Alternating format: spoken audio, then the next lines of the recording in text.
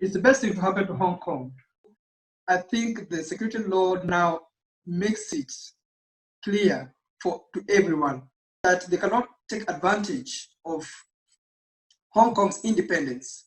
They need to respect the fact that it is a territory that belongs to China, and that if they want to play in Hong Kong, they must play by the rules of the larger Chinese country. The attack on government institutions during the riots was a clear indication that these were not ordinary riots. It's the highest form of subversion because it is an indication of a coup. People want to do a coup. The radicals who were bringing in these violent demonstrations were acting at the behest of foreign powers. I think there's no country that would like its citizens to subvert its governance.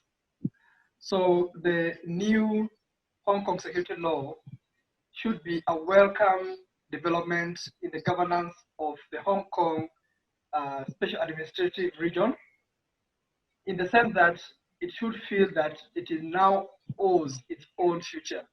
Every country, including the Western countries that are opposing this law, have their own laws that guard against internal subversion. So politically and socially, we shall be able to see return to normalcy